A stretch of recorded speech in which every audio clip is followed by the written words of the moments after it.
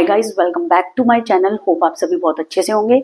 आज हम करने जा रहे हैं important questions of chapter aggregate demand and aggregate supply. देखिए बेटा, aggregate demand and aggregate supply 12 marks का चैप्टर है। इस चैप्टर को आप बहुत अच्छे से करना और जो मैं आपको क्वेश्चन कराऊंगी उसको बहुत अच्छे से करना। 110% ये बोर्ड एग्जाम में आपके आएंगे। देखिए, हम चैप्टर पे चलने से पहले मैं थोड़ा सा एग्रीगेट डिमांड के बारे में आपको बता देती हूँ। उसका इंट्रोडक्शन, एग्रीगेट डिमांड होता क्या है। देखिए, एग्रीगेट का मतलब क्या होता है? सम टोटल या एडिशन। अब एग्रीगेट डिमांड क्या होता है? देखिए, sum total demand of all goods and services in an economy during the period of 1 year. एक साल के अंदर गुड्स एंड सर्विसेज की डिमांड हमारी इकोनॉमी के अंदर जो प्रोड्यूस हो रहे हैं कितनी आएगी, उसको हम बोलते हैं एग्रीगेट डिमांड। एग्रीगेट डिमांड देखिए क्या चीज होती है आपकी। Aggregate demand according to Keynes या Watson, it refers to the total demand of for all goods and services produced in an economy during the period of 1 year. ये क्या होती है? टोटल डिमांड किसकी? गुड्स एंड सर्विसेज की हमारी इकोनॉमी में during the period of 1 year. जितने भी गुड्स एंड सर्विसेज एक साल के अंदर प्रोड्यूस्ड हो रहे हैं हमारी इकोनॉमी में, उनकी टोटल डिमांड को हम क्या बोलते हैं?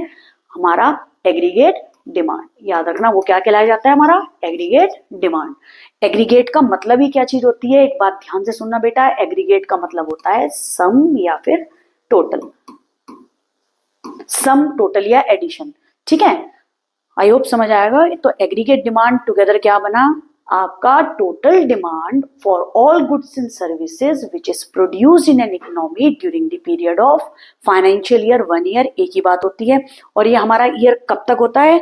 1 अप्रैल टू 31 मार्च। याद रखना, 1 अप्रैल टू 31 मार्च। ओके, अब देखिए इसका स्केड्यूल देख लेंगे। देखिए, हमारी इनकम, एम्प्लॉयमेंट और आउटपुट बोलते हैं। हमारी इनकम जब 0 है, एग्रीगेट डिमांड कितना है? 100। अब आप ये क्वेश्चन करेंगे, मैम जब इनकम 0 है तो डिमांड कैसे 100 हो गई, एग्रीगेट डिमांड कैसे हो गई? एक बात याद रखना बेटा, जब भी हमारी कुछ इनकम 0 है, देखिए जैसे फॉर एग्जांपल कोरोना का टाइम था, तब लोगों की इनकम, बहुत लोग इफेक्ट हुए थे, ये लोगों की इनकम 0 थी, तब भी कुछ ना कुछ तो वो कंज्यूम कर ही रहे थे, कुछ ना कुछ तो उनकी डिमांड थी। तो ये बात बोल रहे हैं, अगर किसी की इनकम 0 भी होगी तो डिमांड या कंजप्शन हमारी कुछ ना कुछ जरूर होगी। चाहे वो क्या करें, चाहे वो पैसे बोरो करें, चाहे वो अपनी सेविंग में से पैसे निकाल लें, चाहे वो अपने कोई एसेट्स बेच दें। ठीक है, तो ये बात बोल रहे हैं when the level of income is 0, aggregate demand कितनी है? 100। When the level of income is 200, आपका एग्रीगेट डिमांड कितना है? 200। इसका मतलब ये है जैसे जैसे आपका इनकम बढ़ता जाएगा वैसे वैसे आपका एग्रीगेट डिमांड भी बढ़ता जाएगा, क्योंकि with the rise in the income aggregate demand also rises. ठीक है, इनका डायरेक्ट रिलेशनशिप होता है किसका? इनकम का और एग्रीगेट डिमांड का। ठीक है, नेक्स्ट देखिए, नेक्स्ट एक्सप्लेनेशन देखिए। When the level of the income is 0, जब आपका लेवल ऑफ इनकम 0 है, there will always be some minimum level of demand. मैंने जैसे आपको बताया, जब इनकम 0 है तब भी कुछ ना कुछ मिनिमम लेवल ऑफ डिमांड होगी। अब देख लीजिए, कोई पैसा का नहीं कमाता है, कोई भी पर्सन है XYZ, अगर वो पैसा नहीं कमाता है, कुछ ना कुछ तो बेटा कंज्यूम करेगा ही, वो करेगा। ठीक है, तो ये बात बोल रहे हैं जब लेवल ऑफ इनकम 0 होगा, there will always be some minimum level of demand. ठीक है, अब when the level of income increases, ध्यान से देखिएगा बेटा, जब लेवल ऑफ इनकम इंक्रीज होगा तो लेवल ऑफ एग्रीगेट डिमांड भी क्या होता रहेगा? राइज। जैसे जैसे इनकम बढ़ेगी आपका एग्रीगेट डिमांड भी क्या होगा? इंक्रीज होता रहेगा। दस, क्या कैसा रिलेशनशिप है इनके बीच में? Direct relationship exist between aggregate demand and the level of income. जैसे जैसे लेवल ऑफ इनकम बढ़ेगा आपका एग्रीगेट डिमांड भी बढ़ेगा, तो इनका स्लोप क्या हो गया? Upward sloping. तो इनका स्लोप कैसा हो गया? एग्रीगेट डिमांड का स्लोप हो गया अपवर्ड स्लोपिंग। क्यों? With the rise in the income of a person aggregate demand also rises. जैसे जैसे लोगों की इनकम बढ़ेगी, ऑब्वियसली वो उनकी डिमांड भी इंक्रीज होगी, लोग ज्यादा कंज्यूम करना स्टार्ट कर देंगे। ठीक है, देखिए with the rise in the income, जैसे जैसे इनकम बढ़ी आपका क्या चीज हो गया? लेवल ऑफ एग्रीगेट डिमांड भी बढ़ गया। अब आप पूछेंगे मैम ये 0 था, जो आपका ये 0 है, इससे हमने 100 क्यों मार्क करा? देखिए बेटा, एक बात मैंने जो आपको पहले भी बताई थी, जब लेवल ऑफ इनकम आपका 0 था तो एग्रीगेट डिमांड था, क्योंकि जब भी इनकम 0 होगी कुछ ना कुछ एग्रीगेट डिमांड होगी। ओके, जब भी इनकम जीरो होगी एग्रीगेट डिमांड कुछ ना कुछ होगी। ठीक है, तो इसलिए इसमें दिखा रहे हैं जब आपका लेवल ऑफ इनकम जीरो है तो आपकी डिमांड कितनी है 100। फिर आपका क्या हुआ, जैसे जैसे इनकम बढ़ी, जैसे इनकम आपकी 200 हुई वैसे आपका क्या हो गया, एग्रीगेट डिमांड भी आपका बढ़ गया। ओके, समझ में आया। जब आपकी इनकम 300 हुई तो आपका एग्रीगेट डिमांड भी बढ़ गया। तो ऐसे ये ग्राफ आपका बनता चला जाएगा। When the level of the income increases aggregate demand भी क्या होता रहेगा, इंक्रीज हो जाएगा। ठीक है, नेक्स्ट देखिए। नेक्स्ट है आपका बहुत इंपॉर्टेंट क्वेश्चन है बेटा, बहुत अच्छी तरीके से करना। हाँ, अब है आपका कंपोनेंट ऑफ एग्रीगेट डिमांड। देखिए कंपोनेंट ऑफ एग्रीगेट डिमांड क्या होता है, कंपोनेंट कह सकते हैं इसको, डिटर्मिनेंट्स कह सकते हैं इसको, क्या बोल सकते हैं, explain how AD is measured in an economy. आप एडी को कैसे मेजर कर सकते हो, उसको कंपोनेंट्स भी बोल सकते हैं, इसको डिटर्मिनेंट्स भी बोल सकते हैं। देखिए aggregate demand in an economy will be measured by following formula.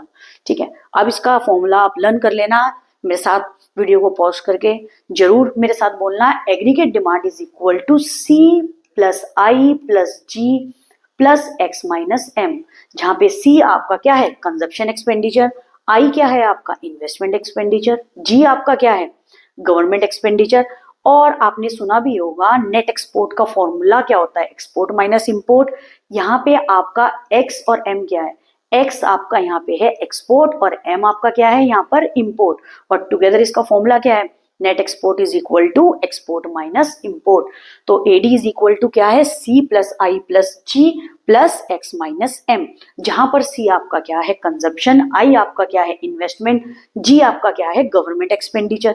Okay, and net export का फॉर्मूला क्या हो जाएगा, एक्सपोर्ट माइनस इंपोर्ट, जहां पे एक्स क्या है एक्सपोर्ट, एम क्या है आपका इंपोर्ट। इस फॉर्मूले को बहुत अच्छे से कर लेना। ओके, एंड देन हम इसको एक्सप्लेन कर देंगे। देखिए अब पहला क्या था आपका, कंजप्शन एक्सपेंडिचर। अच्छा, कंजप्शन कौन करता है, कंज्यूमर। ठीक है, तो ये क्या बोल रहे हैं, it refers to the expenditure done by the household on the purchase of goods and services. Household कौन होता है, कंज्यूमर, जो गुड्स एंड सर्विसेज को परचेज करता है। तो ये वो खर्चा है जो हाउस होल्ड करते हैं किस चीज पे, on the purchase of goods and services. All these expenditure reflect what in an economy, that reflects aggregate demand in an economy. जब कंज्यूमर एक्सपेंडिचर करेगा गुड्स एंड सर्विसेज पे, दैट शोज या that reflects what, aggregate demand in an economy. It is also called what, house hold expenditure, जो house hold खर्चा करते हैं किस पे, गुड्स एंड सर्विसेज पे। तो it depends on the disposable income of the house hold. ये किस चीज पे डिपेंड करते हैं, हाउस होल्ड कि जो हाउस होल्ड है उनकी डिस्पोजेबल इनकम पे। अब आप पूछेंगे मैम डिस्पोजेबल इनकम क्या होती है। देखिए बेटा, डिस्पोजेबल इनकम वो होती है, जैसे फॉर एग्जांपल किसी पर्सन की इनकम है 1 लाख रुपीस। देखिए किसी पर्सन की इनकम है 1 लाख रुपीस और उसका 10% यानी 10,000 यानी 10,000 वो क्या करेगा, in the form of tax किसको पे कर देगा, गवर्नमेंट को। जब वो गवर्नमेंट को टैक्स पे कर देगा उसके बाद उसके पास कितने पैसे बचे, 90,000। अब उसका जो वो गुड्स एंड सर्विसेज खरीदेगा 90,000 अब भी उसके पास है टैक्स पे करने के बाद, उसको हम बोलते हैं डिस्पोजेबल इनकम। जो टैक्स पे करने के बाद उसके पास इनकम बची है उसको बोलते हैं हम डिस्पोजेबल इनकम। तो डिस्पोजेबल इनकम से वो कोई भी गुड्स एंड सर्विसेज इकोनॉमी के अंदर खरीद सकता है। तो बोल रहे it depend on the level of disposable income of the household, higher the value of disposable income. जितनी ज्यादा डिस्पोजेबल इनकम उसके पास होगी, जितनी ज्यादा डिस्पोजेबल इनकम उसके पास होगी कि उससे क्या होगा, will be the private consumption expenditure. ये बात बोल रहे हैं जितनी डिस्पोजेबल इनकम ज्यादा होगी उतनी ही प्राइवेट कंजप्शन क्या होगी, ज्यादा होगी। ये ठीक है, आई होप आपको समझ आया हो। तो कंजप्शन एक्सपेंडिचर क्या है, it refers to the expenditure done by the household किस पे, on the purchase of goods and services that reflects what, aggregate demand in an economy, and it is also known as what, जब house hold खर्चा करेंगे, consumer खर्चा करेंगे तो क्या कहलाया जाएगा, वो हाउस होल्ड एक्सपेंडिचर। और ये किस चीज पर डिपेंड है, याद रखना बेटा बहुत ध्यान से, डिस्पोजेबल इनकम। डिस्पोजेबल इनकम मैंने बता दिया, डिस्पोजेबल इनकम क्या होता है, किसी पर्सन की इनकम उसमें से वो टैक्स वगैरह जो पे कर देगा गवर्नमेंट को, उसमें जो पैसा बचेगा वो होती है डिस्पोजेबल इनकम। अब उसका वो कोई भी गुड्स एंड सर्विसेज खरीदेगा। Higher the value of disposable income, जितनी ज्यादा डिस्पोजेबल इनकम किसी पर्सन की होगी उतना ज्यादा क्या होगा, एग्रीगेट डिमांड, उतनी ज्यादा उसकी प्राइवेट कंजप्शन होगी। नेक्स्ट देखिए बेटा, नेक्स्ट है आपका investment expenditure. I stand for what, investment expenditure. देखिए इन्वेस्टमेंट एक्सपेंडिचर क्या होता है, it refers to the expenditure done by the producer. Producer कौन होता है, जो गुड्स एंड सर्विसेज प्रोड्यूस करता है इकोनॉमी के अंदर। On the purchase of raw material, producer क्या करेगा, रॉ मटेरियल खरीदेगा, किसके लिए, ड्यूरेबल इक्विपमेंट। ड्यूरेबल होता है लॉन्ग पीरियड तक जो चलता है, ठीक है। लॉन्ग पीरियड इक्विपमेंट, इक्विपमेंट की बात करें तो क्या हो जाएगा, मशीनरी, बिल्डिंग, ओके। तो इक्विपमेंट की बात करें, इक्विपमेंट होता है आपकी मशीनरी। तो बोल रहे हैं और on the purchase of new capital assets. New capital assets क्या हो गई, आपकी बिल्डिंग वगैरह। तो बोल रहे हैं एग्जांपल क्या हो गया, expenditure on equipment, machinery, building, जिसकी हेल्प से गुड्स एंड सर्विसेज बनेंगे, वो होता है इन्वेस्टमेंट। जब भी बेटा इन्वेस्टमेंट की बात करें, इन्वेस्टमेंट हमेशा याद रखना इकोनॉमिक्स में कौन करता है, प्रोड्यूसर। और प्रोड्यूसर क्यों करेगा, किस चीज के लिए, प्रोडक्शन के लिए। प्रोडक्शन क्या करेगा, गुड्स एंड सर्विसेज का, और वो किसके थ्रू होगा, मशीन्स, इक्विपमेंट, बिल्डिंग्स, इन सब की जरूरत पड़ेगी। तो ये वो खर्चा है जो प्रोड्यूसर कर रहा है on the purchases of raw material और ड्यूरेबल इक्विपमेंट जो लॉन्ग पीरियड के लिए चले, ठीक है, जो लॉन्ग पीरियड के लिए चले, और on the purchase of new capital assets, for example expenditure on equipment, machinery, building. तो इन्वेस्टमेंट एक्सपेंडिचर टुगेदर क्या हुआ, जो खर्चा प्रोड्यूसर करता है किस चीज पे, इक्विपमेंट पे, मशीनरी पे, बिल्डिंग पे, वो क्या होता है, इन्वेस्टमेंट एक्सपेंडिचर। आगे देखिए, आगे है आपका गवर्नमेंट एक्सपेंडिचर। अब देखिए गवर्नमेंट कहाँ खर्चा करती है, एक्सपेंडिचर मतलब खर्चा। तो बोल रहे हैं it refers to the expenditure done by the government on the purchase of consumer and capital goods. बेटा बहुत ध्यान से सुनना मेरी बात, ये वो खर्चा है जो गवर्नमेंट करती है किस चीज पे, on the purchase of what, consumer और कैपिटल गुड्स, किस चीज के लिए, to fulfil the needs of the economy, ताकि वो इकोनॉमी की नीड्स को फुलफिल कर पाए, ठीक है। अब हम यहाँ पे देख लेते हैं कंज्यूमर और कैपिटल गुड्स कौन से होते हैं, ठीक है। अब पहला है आपका इट इंक्लूड कंजप्शन एक्सपेंडिचर। अब देखिए कंजप्शन एक्सपेंडिचर क्या होती है, it is incurred to meet public needs like law and order. जो कंज्यूमर के लिए बनाया जाए, कंज्यूमर के लिए क्या बना रही है गवर्नमेंट, लॉ एंड ऑर्डर, ताकि वो सेफ्टी मिले, उनको सेफ्टी मिले, प्रोटेक्शन मिले, ठीक है। जैसे कि फॉर एग्जाम्पल पुलिस, ठीक है, पुलिस स्टेशन किस लिए बना होता है, लॉ एंड ऑर्डर को मेंटेन करने के लिए इकोनॉमी में। एजुकेशन सिस्टम हो गया, ठीक है, हेल्थ फैसिलिटीज हो गई, ट्रांसपोर्टेशन फैसिलिटीज हो गई, डिफेंस हो गया, वो सब किस में आ जाएगा, कंजप्शन एक्सपेंडिचर, जो गवर्नमेंट करती है क्या मेंटेन करने में, लॉ एंड ऑर्डर हो गया, एजुकेशन हो गया, फ्री एजुकेशन वगैरह, स्कूल्स वगैरह ओपन कर देना, मेडिकल फैसिलिटीज प्रोवाइड करना, हेल्थ फैसिलिटीज, हॉस्पिटल खोलना, ठीक है। नेक्स्ट है आपका इन्वेस्टमेंट एक्सपेंडिचर। अब आपका इन्वेस्टमेंट एक्सपेंडिचर क्या होता है, आपका इन्वेस्टमेंट एक्सपेंडिचर इन्वॉल्व करता है क्या, construction of highways, roads, power etcetera. Highway build करना, रोड्स करना, डैम बिल्ड करना, पावर जनरेट करना, तो ये सब किस में आएगा, इन्वेस्टमेंट एक्सपेंडिचर। तो गवर्नमेंट टुगेदर किस चीज पे खर्चा कर रही है, कंज्यूमर और कैपिटल गुड्स। आपके कंज्यूमर क्या करेंगे, कंजप्शन किस चीज पे, it is incurred to meet public need, public needs को फुलफिल करने के लिए। पब्लिक नीड्स कौन हो गए, consumer, like law and order maintain करना, education, health, transport, defence, okay. And investment expenditure किस पे हो रहा है, इट इन्वॉल्व्स कंस्ट्रक्शन ऑफ, जब गवर्नमेंट हेल्प करे पब्लिक की किस चीज के अंदर, इन्वेस्टमेंट किस चीज में करके, by building highways, roads, power etcetera, okay.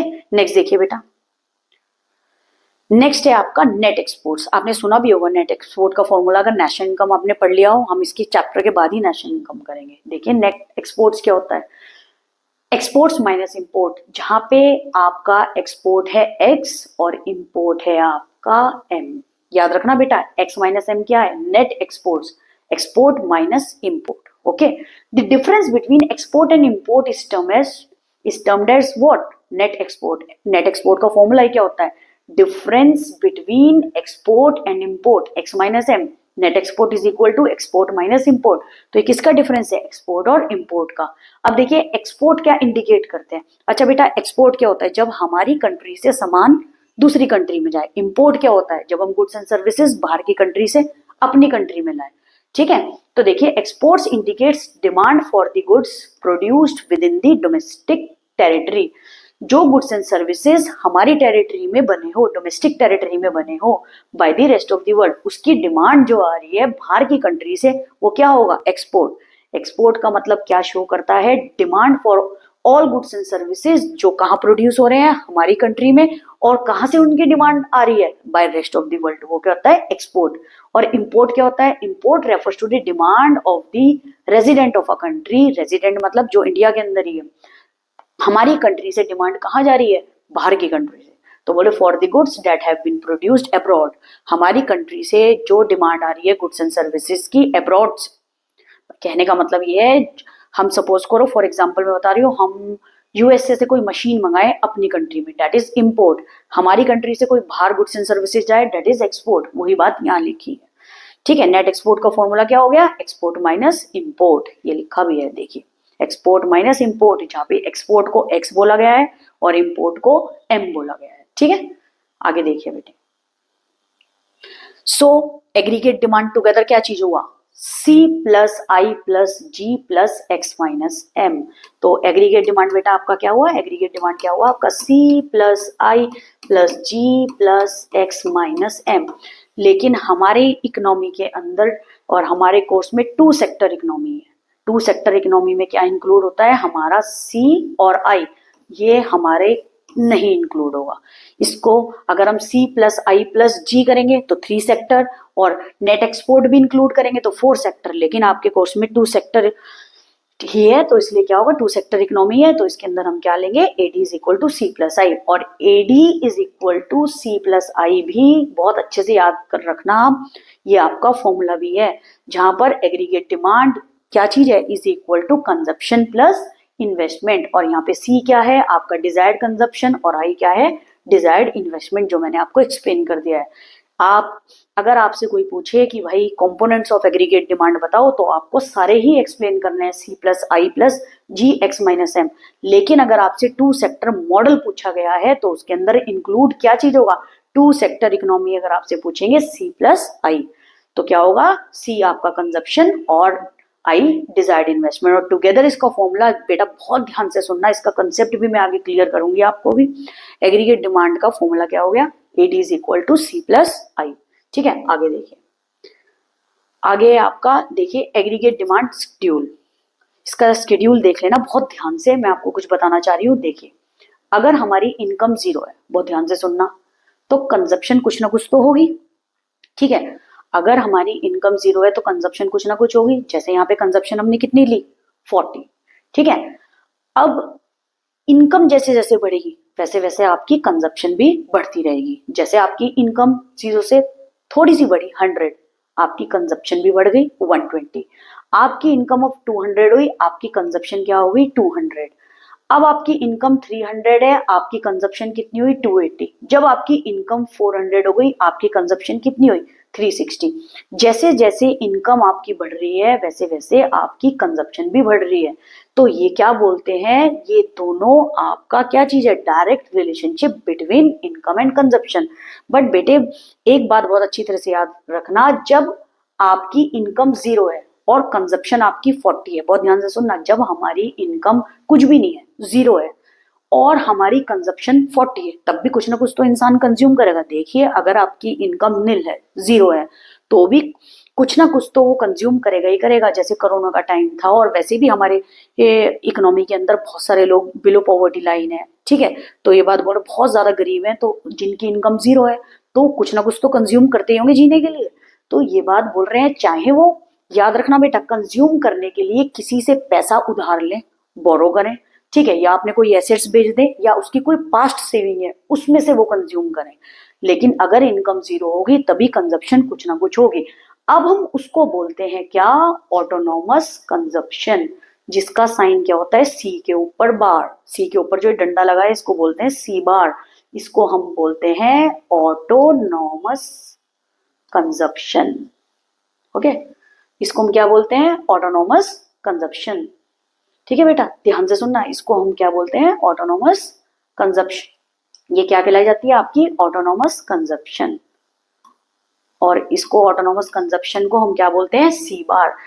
ये बात बहुत ध्यान से सुनना, when the level of income is 0 it reflect what, consumption is autonomous consumption.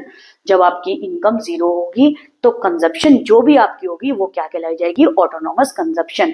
और उसका साइन क्या है, C बार। कहीं लोग इसको A बार भी बोलते हैं, लेकिन हमारी बुक के अंदर C बार ही दिया है और मैं C बार ही लिखती हूँ, ठीक है।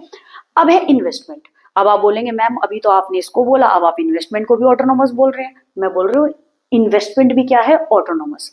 ऑटोनोमस का मतलब ये चीज है, सारे के सारे ये क्या रहेंगे, कांस्टेंट। ये चेंज नहीं होंगे, चाहे आपकी इनकम भी चेंज हो रही है, कंजप्शन भी चेंज हो रही है, इन्वेस्टमेंट आपकी चेंज नहीं होगी, इन्वेस्टमेंट आपकी कांस्टेंट ही रहेगी। और ये क्या कहलाई जाएगी? Autonomous investment. ऑटोनोमस इन्वेस्टमेंट एक हमारी अजम्पशन है जो कि हम इकोनॉमिक्स के अंदर बताई हुई है हम लोगों को। इन्वेस्टमेंट आपकी क्या रहेगी? ऑटोनोमस इन्वेस्टमेंट, जो कि क्या रहेगी? ये कांस्टेंट, यानी ऑटोनोमस इन्वेस्टमेंट बोलेंगे इसको। अच्छा बेटा, मैं आपको एक परसेप्शन भी बताती हूँ अपना। जैसे फॉर एग्जांपल मैं आपको एक बात बताती हूँ इन्वेस्टमेंट का भी। सपोज करो कोई पर्सन इन्वेस्ट कर रहा है पैसा किसी प्रॉपर्टी में, और उसने प्रॉपर्टी में इन्वेस्ट करा है 3 करोड़ रुपीज, ठीक है, 3 करोड़ रुपए उसने इन्वेस्ट करा है। अब ऐसा तो नहीं है कि वो बार बार प्रॉपर्टी में इन्वेस्ट करता रहेगा। एक बार उसने इन्वेस्टमेंट कर दिया, हो सकता है वो 5 साल 10 साल बाद इन्वेस्ट करे। तो इन्वेस्टमेंट जब हमने कर दी है तो वो एक टाइम के लिए इन्वेस्टमेंट की है, ठीक है। हो सकता है वो 5 साल बाद, 1 साल बाद, 2 साल बाद थोड़ा और उसको बढ़ा दे प्रॉपर्टी को और आसपास की प्रॉपर्टी खरीद ले, लेकिन ये वन टाइम इन्वेस्टमेंट भी हम इसको बोल सकते हैं, ठीक है। तो इन्वेस्टमेंट क्या रहेगी? कांस्टेंट, ठीक है। वो जस्ट एन एग्जांपल है, और हमारी इकोनॉमिक्स के अंदर हम इन्वेस्टमेंट को क्या लेंगे? कांस्टेंट। ये हमारी अजम्पशन है, ओके। तो हमने इन्वेस्टमेंट क्या लिया है? कांस्टेंट, जो कि क्या कहलाई जाएगी? Autonomous investment. इसलिए ये सारे क्या चीज है? कांस्टेंट है। इसका इनकम कंजप्शन बढ़े कोई फर्क नहीं होगा, वो आपकी कांस्टेंट ही रहेगी। अब मैंने जैसे कि पीछे आपको भी एक्सप्लेन किया था एडी का फॉर्मूला C+I करके, 2 सेक्टर इकोनॉमी के अंदर। तो एडी का फॉर्मूला क्या है? C+I। तो एडी का फॉर्मूला क्या हो जाएगा? C+I। 40 + 20 क्या हो जाएगा? 60। 120 + 20 140, 200 + 20 220, 280 + 20 300। ऐसी ये बढ़ता रहेगा। आपने ये बात देखा, जैसे जैसे इनकम राइज हो रही है कंजप्शन भी राइज हो रही है, एग्रीगेट डिमांड भी राइज हो रही है। तो कंजप्शन भी राइज हो रही है, एग्रीगेट डिमांड भी। इनका क्या से स्लोप है? पॉजिटिव स्लोप है, और ये डायरेक्ट रिलेशनशिप है। आप ये जरूर बात याद रखना, इनका स्लोप पॉजिटिव स्लोप है और डायरेक्ट रिलेशनशिप है, क्योंकि दोनों ही चीज बढ़ रही है, कंजप्शन भी बढ़ रही है, एग्रीगेट डिमांड भी बढ़ रहा है, ठीक है। अभी आगे देखें। अब आप ध्यान से सुनना। अब ये है आपका एक, मैं आपका स्लोप बता दूं। देखिए यहां पर आपका इसके अंदर देखिए इन्वेस्टमेंट क्या थी? 2020, ओके। तो इन्वेस्टमेंट आपकी 20 थी, तो सबसे पहले क्या हो गई? ये हमारी आई, यहां भी आई है, ये पहले बना लीजिए एक्स ओरिजिन, और ये क्या हो गया आपका वाई। हमारी इन्वेस्टमेंट क्या थी? Autonomous investment. ये क्या हो गई आपकी? क्या चीज है ये? आपकी ऑटोनोमस इन्वेस्टमेंट कांस्टेंट, ठीक है। अब एक बात और याद रखना, यहां पर थोड़ी ऊपर से आप कहेंगे ये कर्व, सॉरी, ये कर्व जो बनाएंगे ये हमारा होगा कंजप्शन कर्व। अब कंजप्शन कर्व है यहाँ पे, ठीक है। अब ये क्या चीज है? ये कंजप्शन कर्व जो है आपका, ये क्यों है कंजप्शन? आप कहेंगे ओरिजिन से क्यों नहीं लिया मैम, आपने थोड़ा ऊपर क्यों लिया? क्योंकि इसके अंदर क्या होगा? जब भी आपकी इनकम जीरो होगी, there will always be some consumption. कुछ ना कुछ डिमांड होगी तो कुछ ना कुछ तो कंज्यूम करेगा ही कंज्यूमर।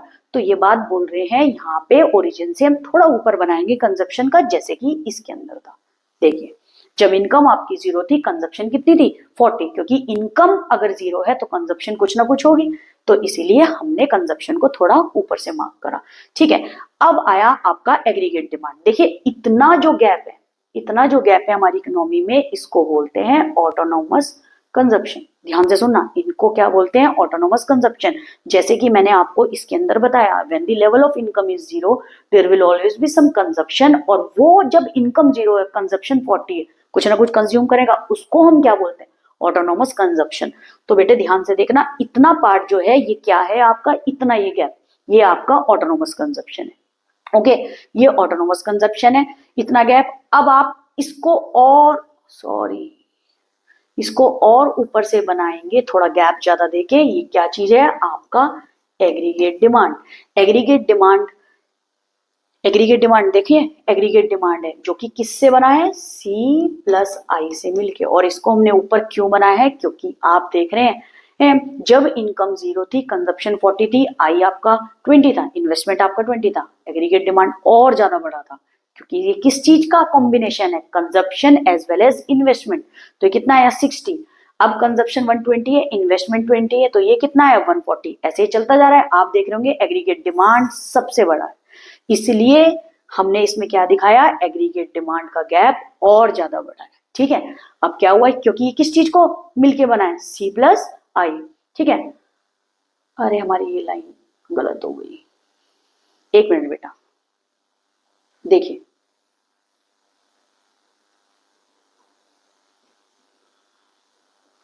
देखिए बेटा, ठीक है, आपका इन्वेस्टमेंट कैसी थी, कांस्टेंट ऑटोनोमस। ठीक है, अब इसके अंदर जो ये गैप था, ये आपका क्या था, ऑटोनोमस कंजप्शन। आपका ये वाला जो गैप है, ये किस चीज को बन के मिला हुआ है, सी प्लस आई। अब क्या चीज है, इस गैप को हम क्या बोलेंगे, आई। याद रखना, इस गैप को हम आई बोलेंगे। कैसे, देखिए एडी क्या होता है, सी प्लस आई। ओके बेटा, एडी क्या होता है, सी प्लस आई। तो इसके अंदर अगर मैं एडी में से इसको यहां ले जाऊं, माइनस कर दूं, तो जब हम एडी के अंदर से ये सी को माइनस कर देंगे, ये गैप क्या रिफ्लेक्ट करेगा, आई। इसलिए ये क्या है, आई। और ये दोनों पैरेलल भी है, ये कांस्टेंट है। ठीक है, कांस्टेंट टू एक्स एक्सिस कौन, इन्वेस्टमेंट। बाकी दोनों स्लोप क्या है, इंक्रीजिंग में है और अपवर्ड स्लोपिंग है। और दोनों क्या चीज है, याद रखना बेटा, अपवर्ड स्लोपिंग है क्योंकि डायरेक्ट स्लोपिंग है। डायरेक्ट के अंदर और पॉजिटिव रिलेशन में क्या चीज आता है, अपवर्ड स्लोपिंग है। और ये गैप जो आपका आएगा उसको हम क्या बोल रहे हैं, इन्वेस्टमेंट। दोनों एक दूसरे के पैरेलल है। ओके, यही बात मैंने इसमें समझाई हुई। यहाँ इनकम है, यहाँ एग्रीगेट डिमांड है। ये गैप जो आपका आया है, ये क्या है, ऑटोनोमस कंजप्शन। ठीक है, अब ये क्या चीज है, मैंने आपको बताया, थोड़ा ऊपर से बनेगा। क्यों, when the level of the income is zero there will always be some consumption. तो ये आपका क्या बन गया, ये कंजप्शन बन गया आपका थोड़ा ऊपर से। ठीक है, कभी भी जीरो से नहीं होगा वो पॉइंट। क्यों, क्योंकि इनकम जीरो होगी तो कंजप्शन कुछ ना कुछ होगी। और उतने ही हम जब कंजप्शन बनाएंगे, उस गैप को हम क्या बोलेंगे, ऑटोनोमस कंजप्शन। उस गैप से थोड़ी सी ऊपर अगर आप बनाओगे, थोड़ा ज्यादा गैप देके, तो क्या होगा, एग्रीगेट डिमांड। एग्रीगेट डिमांड किसका टोटल है, कंजप्शन प्लस इन्वेस्टमेंट। अब मैंने आपको ये भी निकालना बता दिया, ये गैप जो आपका, ये गैप जो आया है, ये आई कैसे है, एडी का फॉर्मूला क्या है, सी प्लस आई। अगर हम एडी में से सी माइनस कर देंगे तो क्या आई आया, ये आई क्या है, ये गैप क्या है, आई आपका। ठीक है, समझ गए बेटा। तो ये आपका स्लोप क्या है, ये है अपवर्ड स्लोपिंग, अपवर्ड स्लोपिंग है। ठीक है, पैरेलल है। और ये क्या चीज है आपका, ये क्या चीज हो गई आपके, ये ऑटोनोमस इन्वेस्टमेंट। ठीक है, ऑटोनोमस इन्वेस्टमेंट हो गई है, which is parallel to X axis. ये आपका पैरेलल टू एक्स एक्सिस है। और ये क्या है, अपवर्ड स्लोपिंग, दोनों एडी और आपका सी। आई होप आपको समझ आया हो ये बहुत अच्छे से। देखिए बेटा, अब आपको कुछ इंपॉर्टेंट पॉइंट्स याद रखने हैं। ठीक है, आई होप वो आपको बहुत अच्छे से समझ में आया गया हो उसका। ठीक है, अब देख लीजिए इंपॉर्टेंट पॉइंट्स में क्या है, कंजप्शन एक्सपेंडिचर। कंजप्शन एक्सपेंडिचर क्या होता है, C can never be zero at level of there should be minimum consumption. ठीक है, एट जीरो लेवल भी उसका कोई मिनिमम कंजप्शन होगा। Consumption expenditure can never be zero at any level of income, there should be, अगर आपकी income zero भी है तो there should be a minimum consumption, कुछ ना कुछ कंजप्शन होगी होगी। इट इज असेंशियल, ये जरूरी है, even when the income does not permitted. ठीक है, इट इज ऑल्सो, जब भी किसी के पास इनकम भी नहीं होगी, जीरो भी होगी, लेकिन कुछ ना कुछ कंजप्शन जरूर होगी, ये उसको हम क्या बोलते हैं, ऑटोनोमस कंजप्शन। बेटा ये पॉइंट ध्यान से याद रखना, कंजप्शन एक्सपेंडिचर के अंदर क्या होगा, can never be zero when the level of income is zero, there will always be some, क्या होगी, कंजप्शन होगी होगी, और उसको हम क्या बोलेंगे, ऑटोनोमस कंजप्शन एक्सपेंडिचर। और ये किस चीज से हो सकता है, past saving, borrowing, may be source of such expenditure. Boring कर सकते हैं और अपने कुछ एसेट्स भी बेच सकता है वो। ठीक है, कोई एसेट्स भी, अपनी कोई लैंड बिल्डिंग कुछ भी बेच सकता है। ठीक है, तो पास सेविंग में से भी कर सकता है, बोरोइंग में से भी। अब investment is assumed to be constant. आपको बताया मैंने, इन्वेस्टमेंट एज्यूम करा हुआ है हमारी इकोनॉमी में, क्या है, कांस्टेंट है, irrespective to the level of income. Level of income के अकॉर्डिंगली ऑटोनोमस इन्वेस्टमेंट क्या है, कांस्टेंट है। अब नेक्स्ट क्या है आपका, consumption can never be zero. Consumption कभी भी जीरो हो ही नहीं सकती। Level of income is zero होगा तो कंजप्शन कुछ ना कुछ होगी। ना तो आपकी ये बात बोल रहे हैं इनकम तो जीरो हो सकती है लेकिन कंजप्शन आपकी कभी भी जीरो नहीं होगी, क्योंकि इनकम जीरो होगी, कुछ ना कुछ कंज्यूमर कंज्यूम करेगा ही करेगा। Hence AD also can never be zero. ये बात बोल रहे हैं इनकम जीरो हो सकती है, ना तो कंजप्शन ना एग्रीगेट डिमांड कोई भी जीरो नहीं हो सकता, because it is the sum of consumption and investment. क्योंकि एग्रीगेट डिमांड किसका सम है? आपका कंजप्शन और इन्वेस्टमेंट का। आई होप आपको ये समझ में आया हो, आपको क्लियर हो ये पूरा का पूरा पॉइंट। तो आप ये याद रखना, ये एग्रीगेट डिमांड के कंपोनेंट्स और ये इसका जो एग्रीगेट डिमांड का आपका कंपोनेंट्स है, इसकी डेफिनेशन है, ठीक है। बहुत अच्छे से इसके कंसेप्ट को पढ़ लेना, हाँ, क्योंकि ये एग्जाम में 12 मार्क्स का चैप्टर है और बोर्ड एग्जाम में जरूर आएगा ही आएगा। बेटे एक बात याद रखना है, एग्रीगेट डिमांड आपका 12 मार्क्स का है, आपका नेशनल इनकम 10 मार्क्स का है, 22 मार्क्स का तो मैक्रो में यही हो गया। और जो मैं इंपॉर्टेंट क्वेश्चंस करवा रही हूँ मेरे साथ साथ जरूर करना। वीडियो अच्छी लगी हो तो लाइक और सब्सक्राइब मेरे चैनल को जरूर करना। Thank you.